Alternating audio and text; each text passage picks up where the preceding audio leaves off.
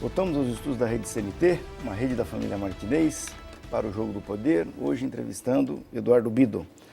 Eu esses dias não, no final do ano passado, eu vi a entrevista da Luiza, da Magazine Luiza, né? Eu já tive o prazer de conhecê-la numa... Ela dizendo o seguinte, que existem pessoas no Brasil que olham para um copo d'água e só vê o lado, o copo está até o meio, só vê o lado vazio do copo, não olha para o lado cheio. Está meio vazio, não está meio cheio. Está, exatamente, está meio vazio e não olha que o copo tem água, né? Uhum. Então, como olhar para o futuro e olhar para esse lado do copo que tem água no Brasil, que não é pouca coisa. Ele deu um dado que me deixou assim assustado.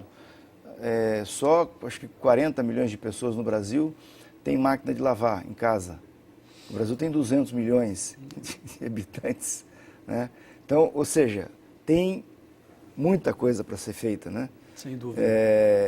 Nesse segmento aí. Ele, de certa forma, é o retrato do resto do Brasil, né? Nós temos estradas, muita coisa para fazer e também uma quantidade de gente que precisa ser qualificada, precisa sair da pobreza, pode ser recuperada para o mercado, né? Então, como olhar isso? Como olhar para o futuro e esperar o que dele?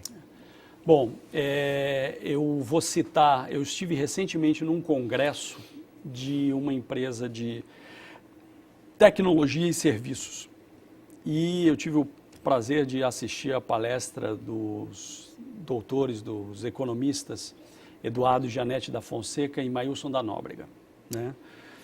E ali você vê claramente que as perspectivas que tem de negócios no Brasil são absurdamente altas. Então não dá para olhar o copo meio vazio. Por quê? Primeiro ponto que é fundamental é que hoje nós temos que aproveitar uma situação existente de bônus demográfico, tá? E o que seria isso? O bônus demográfico é um momento onde você tem, isso acontece em centenas de anos em cada país, você tem um volume de pessoas muito grande trabalhando, ou seja, muita gente que entrou, tá? E você não tem muita gente saindo, se aposentando. Então, você está concentrado numa faixa onde existe muita gente trabalhando, muita mão de obra. Pô, isso já seria, por si só, essa mão de obra é não só trabalhadora, mas consumidora. Então, é uma grande oportunidade.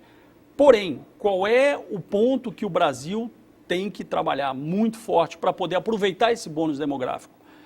Primeiro é exatamente a produtividade, que é o grande problema aqui. A nossa produtividade, ela não vem aumentando numa escala maior do que os salários. Então você acaba tendo um custo mais alto na sua folha, no seu consumo em geral, e você não tem o ganho na eficiência da produção, tá? Então esse ponto, ele é crucial e ele pode ser evidenciado hoje. Se você pegar os resultados das empresas na Bolsa de Valores, você vai ver que está havendo um aumento do caixa das empresas, que é um ótimo sinal de maturidade dos empresários.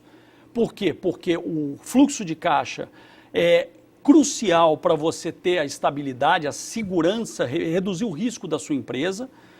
Por outro lado, os lucros estão caindo. Então, o que está acontecendo? Você está tendo uma pressão de custos sobre as empresas porque elas não estão conseguindo gerar a produtividade necessária. E nem sempre a culpa é das empresas. Se a gente tem um problema de portos, se a gente tem um problema de aeroportos, se a gente tem um problema de logística em geral, nós automaticamente aumentamos o custo e diminuímos a nossa capacidade de produzir. Então, só com esse exemplo você já vê uma oportunidade monstruosa se o governo atuar junto com os empresários, com a economia privada, digamos assim. Tem aqui uma pergunta do Christian Sobania pelo Twitter. Ele pergunta o que você acha do impacto da folha de pagamento dos encargos trabalhistas e se é a favor de uma reforma na CLT. Eu emendaria a pergunta dizendo o seguinte, o que é mais importante? Isso que você acabou de dizer, problema da infraestrutura, de você melhorar a acessibilidade, a circulação de mercadorias através de aeroportos, portos. Aqui em Curitiba nós temos um aeroporto que o avião da América, que vai para Miami, consegue pousar aqui quando vem de Miami, mas não consegue decolar, porque não tem pista, né? Ele não pode encher o tanque e decolar de tanque cheio ou de carga cheia daqui para Miami. Então ele tem que ir até Porto Alegre para abastecer lá e de lá ele vai para Miami. E se você olha o custo de você fazer uma pista nova no aeroporto Afonso Pena em Curitiba é absolutamente ridículo se você comparar com o orçamento do estado do Paraná. Política, né? No entanto, os governadores, não sei por que cargas d'água, não conseguem enxergar isso, que é uma coisa que transforma o Paraná se for feito.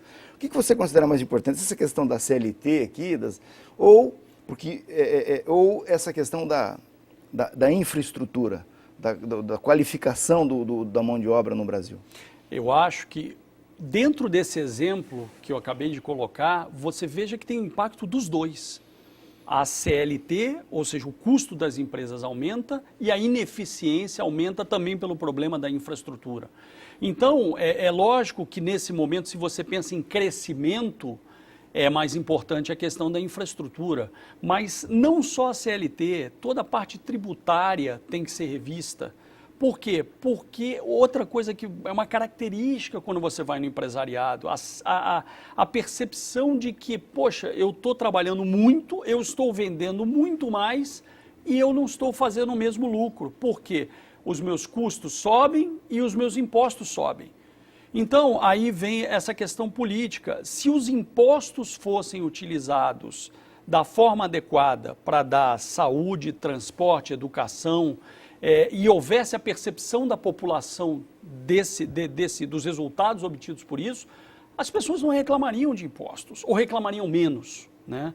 O que acontece é você não ver o resultado prático do investimento desses impostos, porque ela acaba subsidiando o aumento da estrutura do governo, gastos de folha do próprio governo, entendeu? Então, lá é o maior exemplo de que não há produtividade. E essa falta de produtividade, que acaba afetando também as empresas de uma forma geral, ela é a palavra-chave para que nós tenhamos duas coisas que é o crucial para o sucesso das empresas: inovação e eficiência. Porque se ela tem inovação, ela antecipa o futuro. Se ela tem eficiência, ela gere o presente. Então, acho que é esse o ponto de sucesso, o ponto que as empresas devem estar buscando e que, obviamente, elas têm que aproveitar esse bônus demográfico, aproveitar todas as perspectivas que o Brasil sempre foi dito também como um país de agricultura. E daí? Se nós somos eficientes, somos bons em agricultura, por que não ser? Lógico, vai ter mais industrializados, vai ter outras coisas, sim, mas não tem problema nenhum a gente ser o melhor em agricultura. Por quê? Comida, o mundo vai precisar sempre. Sempre. Agora, olhando essa fala toda sua, para tentar fechar o programa, é razoável dizer então que o empresário, ele tem o olho dele, certo? Mas é fundamental que, além disso, ele consiga ter outros olhos dentro da empresa, capacitar os seus executivos, os seus parceiros, e até que ponto é importante ele ter um olho de fora, né? Um olho de uma consultoria, de alguém que vem com um olhar desacostumado, enxergando o negócio sobre uma perspectiva e de repente pode surgir uma outra contribuição. Num minuto. Na verdade, como eu lhe disse, se eu tive a visão de ir para esse caminho, é porque eu acredito nisso. Uma visão isenta, ela traz muitas novidades e muitos questionamentos sem aquele vínculo emocional que você tem com a empresa, tá? Agora, o mais importante, além dessa visão externa, é também a capacitação de quem está dentro da empresa e a profissionalização da empresa. E para esse processo de profissionalização é interessante a gestão, por exemplo, a B3 faz gestão temporária ou gestão transitória de empresas, exatamente nesse momento em que você precisa fazer uma transição ou para abrir o seu capital no mercado, ou para fazer algum tipo de profissionalização da sua empresa, você precisa ter um gestor temporário. Então, é aí que eu acho que a gente pode ajudar bastante. Eduardo, muito obrigado. Prazer ter vindo aqui. Prazer conhecê-lo. Foi um prazer recebê-lo. E vocês que estiveram comigo até agora, muito obrigado. Um grande abraço, uma grande semana. Vamos conversando durante a semana pelo www.jogodopoderparaná.com.br e no outro domingo estou de volta aqui para nós conversarmos novamente num outro bate-papo.